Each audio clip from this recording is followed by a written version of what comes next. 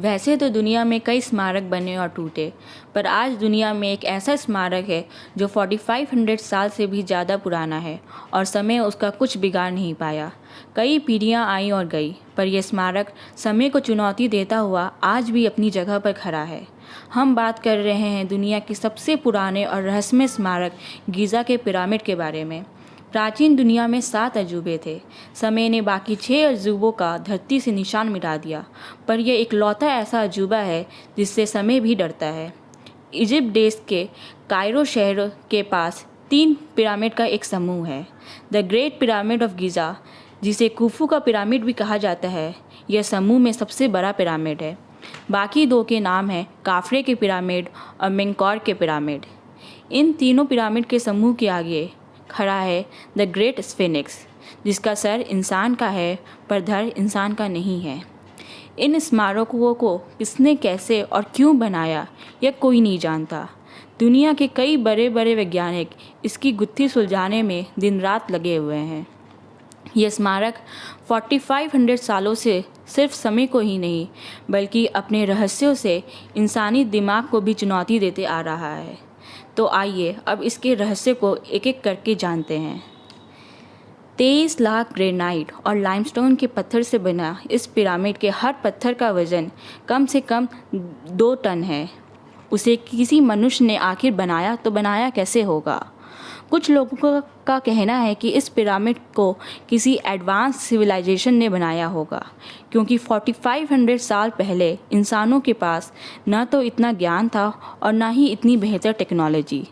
इतने सारे पत्थरों को इतनी दूर से काट काट कर लाना और 480 फीट का लंबा पिरामिड बनाना, जिसने 3800 साल तक टॉलेस्ट मैनमेड स्ट्रक्चर का खिताब अपने नाम किया है, कोई मजाक नहीं।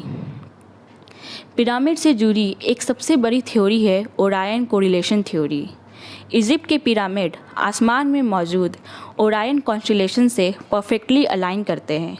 ओरायन कॉन्स्टेलेशन बेल्ट में 3 तारे हैं जो पिरामिड से परफेक्टली सिंक होते हैं, और इसे बिना किसी एरियल व्यू के बनाना संभव नहीं है। तो क्या इसे सच में एलियंस ने बनाया, या फिर हम इंसानों के पास इतनी सटीक जानकारी पहले से ही मौजूद थी? और इनका ओरिएंट कॉन्स्टेलेशन से इतना परफेक्टली अलाइन होने का मकसद एलियंस थे या फिर कुछ और? रहस्य की दुनिया में आगे बढ़ते हुए हम चलते हैं पिरामिड के टनल्स में। ग्रेट पिरामिड ऑफ गीज़ा में कई टनल्स हैं, पर अभी तक हम इंसानों ने सिर्फ 3 टनल्स ही डिस्कवर किए हैं: बेस चैम्बर, क्वींस चैम्बर और किंग्स चैम्बर्स। पहले माना जाता था कि इस टनल को वेंटिलेशन के लिए बनाया गया है, पर जब इसका निरीक्षण किया गया तब पता चला कि ये टनल्स तो अंदर से बंद हैं, तो ये वेंटिलेशन के पर्पस से तो नहीं बनाया गया होगा। किंग्स चैम्बर के उत्तर और दक्षिण दीवार से 2 शाफ्ट ऊपर की दिशा की ओर इशारा करते हैं, और इससे निकल कर आती है हमारी दूसरी थ्योरी, जिसे कहते हैं star shaft theory. Star shaft theory के अनुसार प्राचीन इजिप्ट के वासी यह मानते थे कि अगर राजा रानी की मम्मी को इसमें रखा जाए तो उनकी सोल आफ्टर लाइफ में इन तारों की तरफ जाएगी।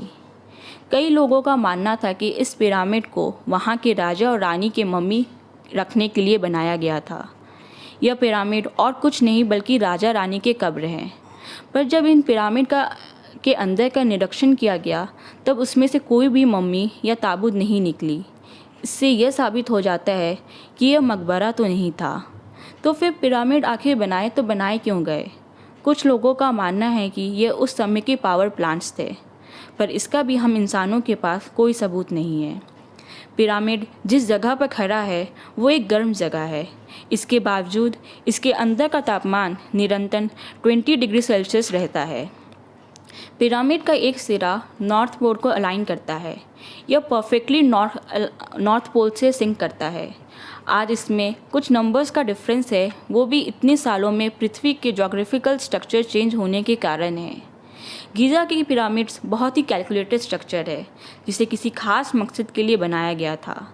इसे बनाने के लिए एडवांस टेक्नोलॉजी, मैथमेटिकल कैलकुलेशंस और एस्ट्रोनॉमिकल नॉलेज का भरपूर उपयोग किया गया है।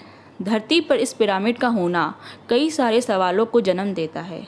यह कहना गलत नहीं होगा कि प्राचीन समय में इस धरती ने कई बड़े बड़े वैज्ञानिकों और गणितज्ञों को जन्म दिया है, पर 4500 साल पहले बने इस पिरामिड को देखने से ऐसा लगता है कि इसे किसी ऐसी सभ्यता ने बनाया था जिसे धरती और ब्रह्मांड की काफ़ी जानकारी थी और उनके पास पर्याप्त टेक्नोलॉजी भी थी। तो फिर वहाँ से ये टेक्नोलॉजी कहाँ लुप्त हो गई? कहाँ गई वो टेक्नोलॉजी और कहाँ लुप्त हो गई वो नॉलेज और कहाँ लुप्त हो गई वो सभ्यता? आपको क्या लगता है, यह पिरामिड का राज आखिर है क्या?